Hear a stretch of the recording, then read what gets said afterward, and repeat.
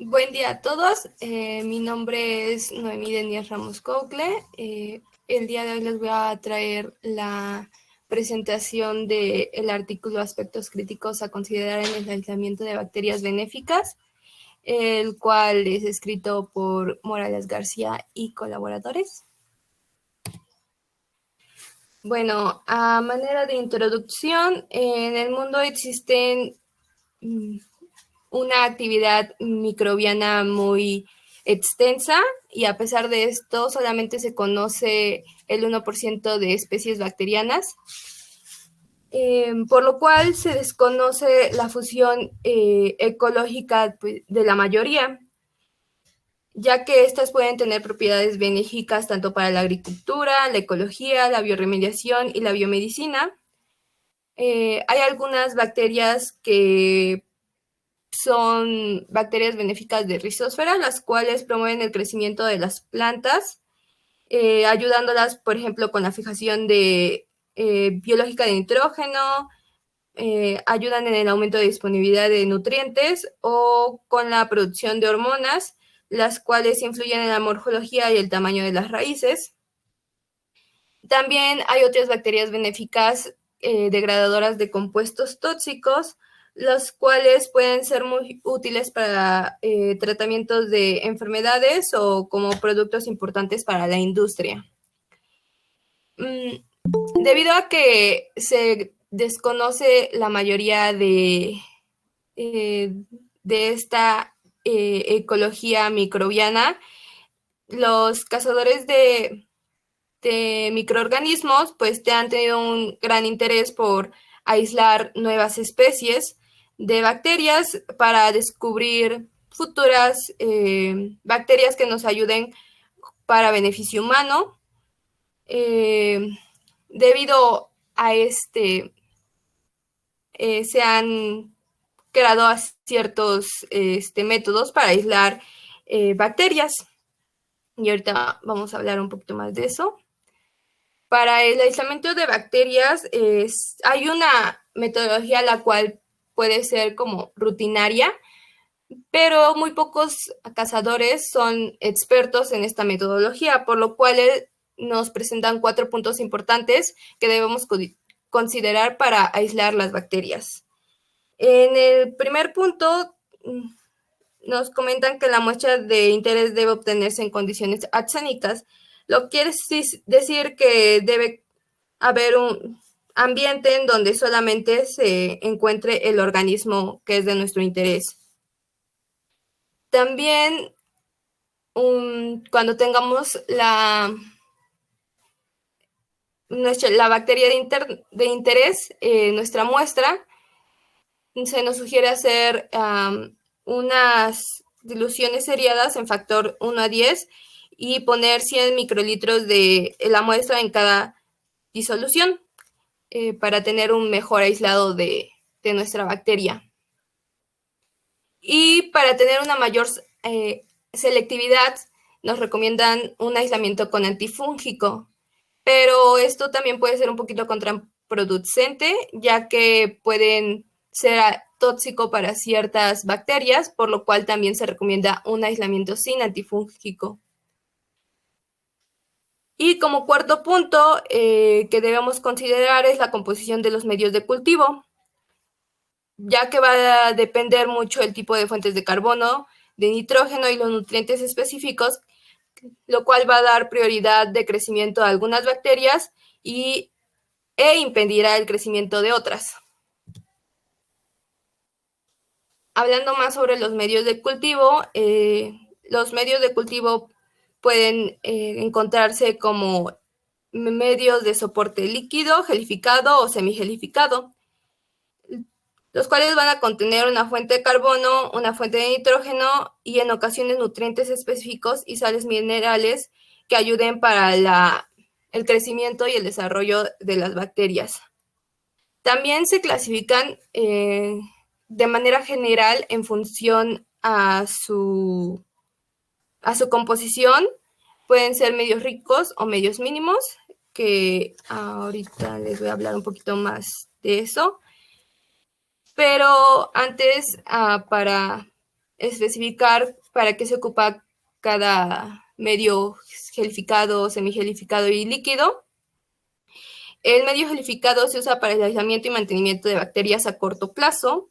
El medio semigelificado se usa para estudiar bacterias aerotácticas y para aislar bacterias fijadoras de nitrógeno. Los medios líquidos se utilizan para tener una mayor masa celular y para establecer el tiempo de generación de una bacteria bajo ciertas condiciones de crecimiento. Bueno, ¿a qué se refiere con medios ricos? Los medios ricos tienen un componente que aporta una gran cantidad de nutrientes especiales y esenciales para el crecimiento de cierto tipo de bacterias. Y los medios mínimos son más específicos o más selectivos, ya que pues se conoce perfectamente la concentración de todos estos componentes. También van a tener una fuente de carbono, una fuente de nitrógeno, y las bacterias que crecen en estos medios serán determinados por la concentración y el tipo de fuente de carbono o nitrógeno, ya que las bacterias que usen mejor estas fuentes serán beneficiadas para crecer y proliferar en estos medios.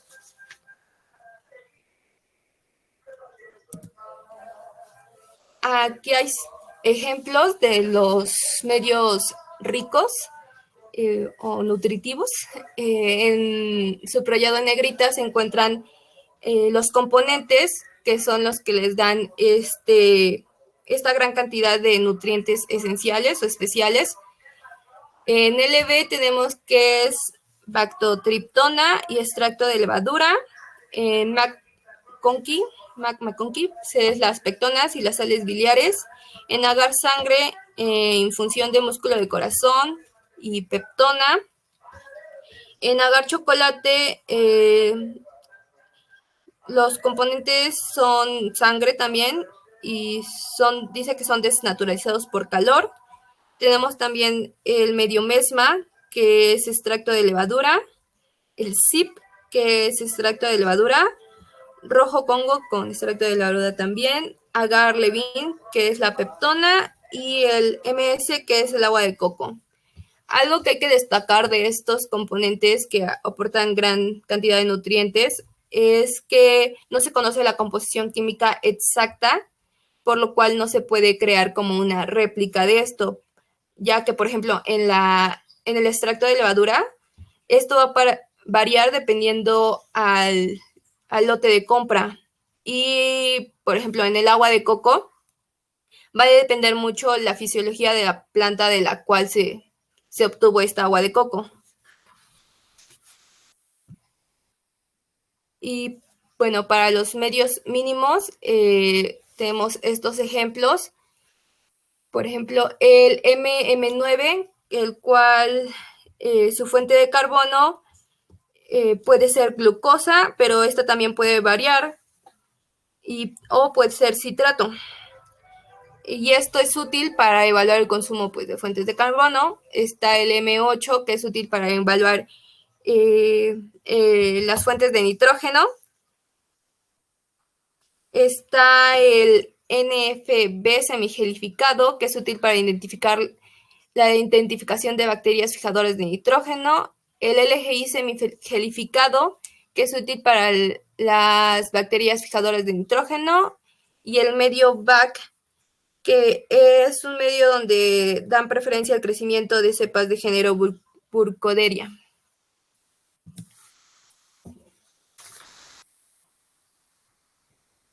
Bueno, sobre la selectividad del medio de cultivo. Esta selectividad en un medio de cultivo puede ir variando dependiendo a diferentes componentes, ya que pues se puede adicionar o suprimir algún componente. Por ejemplo, se puede agregar un componente inhibitorio que sea una limitante, como son los antibióticos. Si agregamos un antibiótico a un medio de cultivo, pues solamente van a proliferar las bacterias que sean resistentes a ese antibiótico. Y si a ese mismo medio de cultivo le agregamos un metal pesado, pues las bacterias que proliferen o que crezcan van a ser resistentes tanto como al antibiótico o al metal pesado. También se le suele agregar compuestos tóxicos como lo es el TNT, el benzonato y el hexaclorociclohexano. Y también se puede ser más selectivo si quitamos componentes. Hay un ejemplo de esto que es el medio LGI semigelificado, que es carente de fuente de nitrógeno. Y gracias a esto es posible aislar bacterias endófitas con la característica de ser fijadoras de nitrógeno. También se puede hacer un medio más selectivo si variamos las condiciones de crecimiento. Por ejemplo, si incubamos a una temperatura de 75 grados Celsius, pues solamente van a crecer las bacterias que toleren esta temperatura. Lo mismo si las incubamos a temperaturas bajas.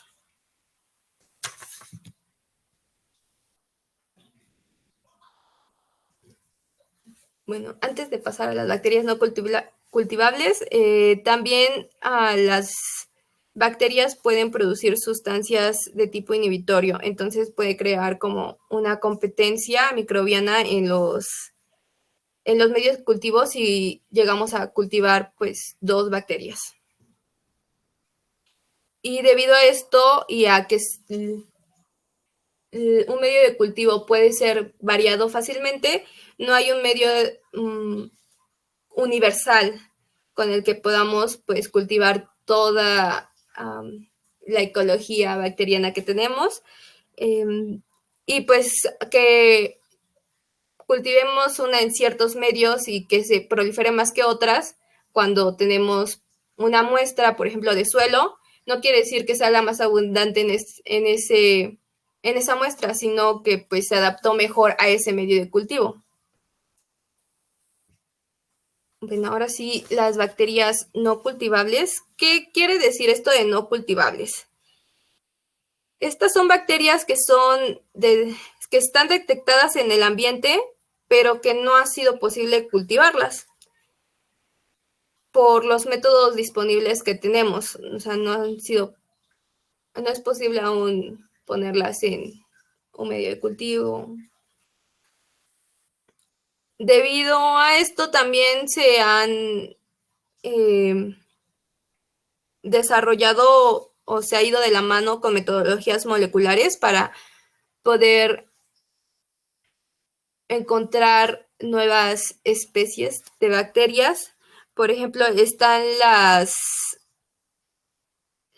los estudios de hibridación que están basados en la secuencia del gen 16S. También tenemos los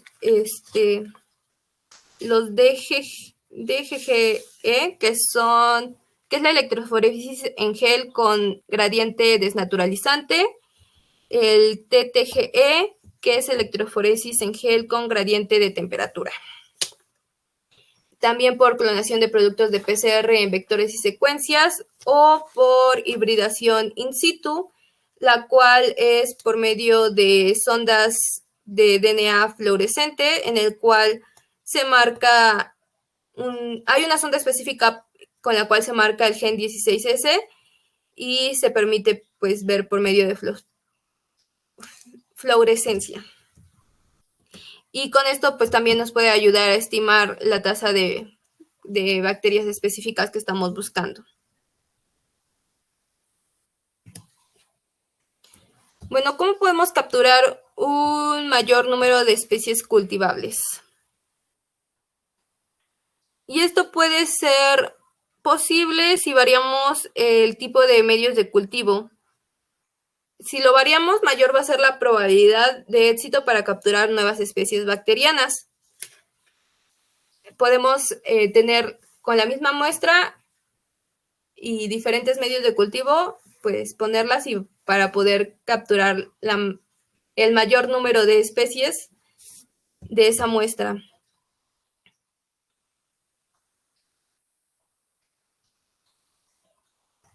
en un artículo de 2017 de Donachi colaboradores, que los cuales realizaron esto de utilizar varios tipos de cultivos, fue posible aislar un porcentaje elevado de diversidad bacteriana, y un ejemplo de esto es que a partir de muestras de lagos de Hawái y Loihi se aisló un 75.76% de diversidad bacteriana, mientras que por métodos moleculares solamente se capturó un 24.24% y ninguna especie fue compartida por ambos métodos.